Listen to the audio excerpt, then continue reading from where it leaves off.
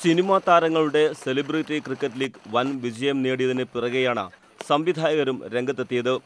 ഇതിന് തുടക്കമിട്ടത് എം.എ. നിഷാദിന്റെ നേതൃത്വത്തിൽ മലയാള സംവിധായകരും. ടീമിനെ തെരഞ്ഞെടുക്കാൻ കൊച്ചിയിലെ കളമശ്ശേരി സെന്റ് പോൾസ് ഗ്രൗണ്ടിൽ ട്രയൽസും നടത്തി. വൻകിടക്കാർ തന്നെ ജേഴ്സി അണിയാനെത്തി. എം.എ. നിഷാദിന് പുറമെ ദീപൻ, ജോണി ആന്റണി, ലിജോ ജോസഫ് പല്ലിശ്ശേരി, സജി സുരേന്ദ്രൻ, മമാസ്, വിനോദ് വിജയൻ എന്നിവരെല്ലാം പാടണിഞ്ഞും ബൗളറിഞ്ഞും തങ്ങൾ ഈ ഫീൽഡിലും പിന്നിലില്ലെന്ന് തെളിയിച്ചു. മലയാള സിനിമയിലെ ഒട്ടുമിക്ക സംവിധായകർക്കും ക്രിക്കറ്റിനോടൊരു ആഭിമുഖ്യമുണ്ട്. ക്രിക്കറ്റ് ഫീവർ പിടിച്ചവരാണ് ഞങ്ങളെല്ലാവരും. ദുബായിൽ നടക്കുന്ന കേരള പ്രീമിയർ ലീഗിലെ പ്രദർശന മത്സരമാണ് ഇവരുടെ ആദ്യ കടമ്പ. സിനിമാ താരങ്ങളോടാണ് സംവിധായകരുടെ ആദ്യ മത്സരമെന്ന് KPL chairman Paul T Joseph പറഞ്ഞു. ഡിസ്കഷൻ വന്നപ്പോഴത്തേക്ക് നിഷാദ് പറഞ്ഞു, ഒരു ഡയറക്ടേഴ്സ് ലോൺ ഞങ്ങൾ ഫോം ചെയ്യാൻ ആഗ്രഹിക്കുന്നുണ്ട്.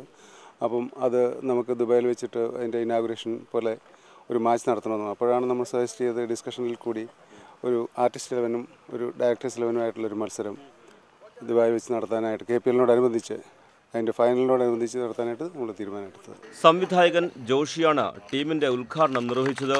ദുബായിലെ പ്രദർശന മത്സരത്തിന് ശേഷം സംവിധായകർക്കായി ഒരു പ്രത്യേക ലീഗ് തുടങ്ങാനും ആലോചനയുണ്ട്. ഇതിനു പുറമെ ഗായകർക്ക് വേണ്ടി ഒരു പുതിയ ക്ലബ്ബ് രൂപീകരിക്കാനും അണിയറയിൽ ആലോചന നടക്കുന്നുണ്ട്. കൊച്ചിയിൽ നിന്നും സലാം പി ഹെദ്രോസ്, ഇന്ത്യ വിഷൻ.